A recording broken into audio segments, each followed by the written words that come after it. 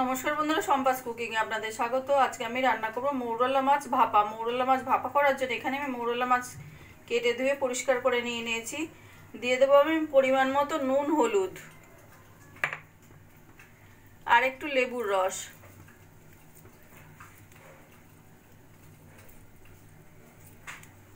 দিয়ে ভালো করে মেখে রেখে দেবো আমি 10 মিনিটের জন্য। সাদা সর্ষে আর পোস্তটাকে আমি বেটে নেব।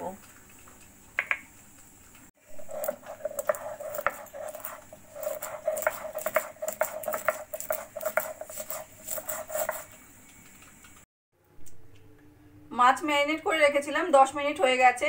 এবার আমি রান্নাটা করে নেব। একটা বোলের মধ্যে নিয়ে নেব একটা বড় সাইজের পেঁয়াজ, একদম পাতলা পাতলা করে কেটে।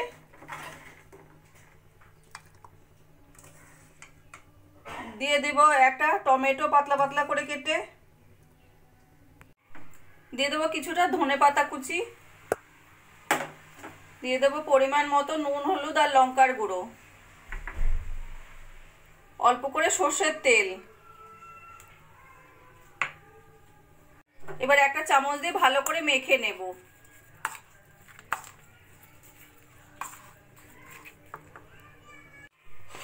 এবার ম্যারিনেট করা মাছগুলো এর মধ্যে দিয়ে দেব।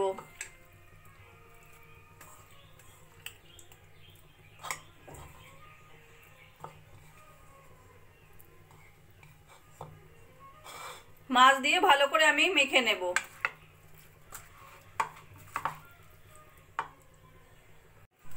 দিয়ে দেবো পোস্ত আর সর্ষে বাটা। এখানে পোস্ত আর আমি সাদা সর্ষে বেটে নিয়েছি, সেটাও দিয়ে ভালো করে মেখে নেব। সব কিছু দিয়ে ভালো করে মেখে নিয়েছি। এবার একটা টিফিন কৌটো নিয়েছি, এখানে আমি দিয়ে দেবো অল্প করে সর্ষের তেল।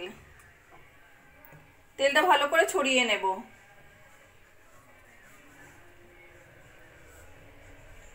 এবার মেখে রাখা মাছগুলো আমি দিয়ে দেব।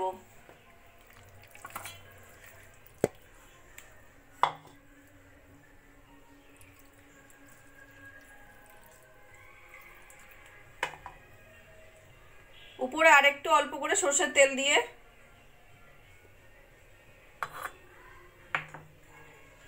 দিয়ে দেবো কয়েকটা চেরা কাঁচা লঙ্কা।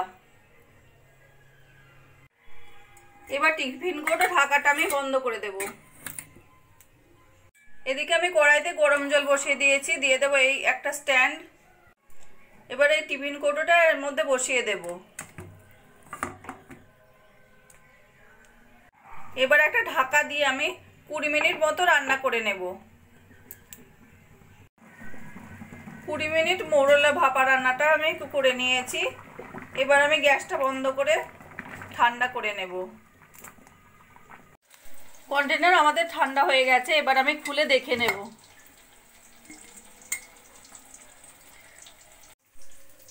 ও দারুণ গন্ধ বেরিয়েছে।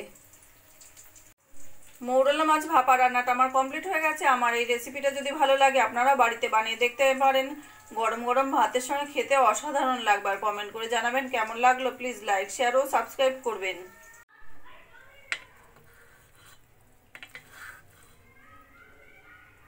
কি সুন্দর হয়েছে।